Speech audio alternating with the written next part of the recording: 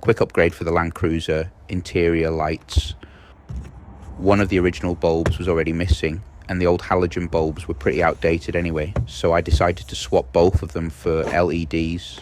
First, use a plastic trim removal tool to carefully pop the light cover off. Don't use a screwdriver unless you want scratch trim or damaged roof liner.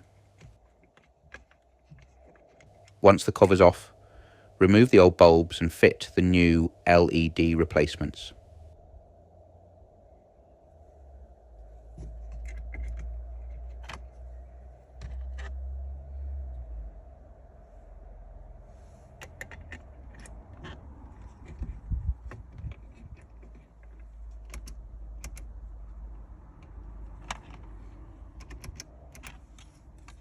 Then clip the cover back into place.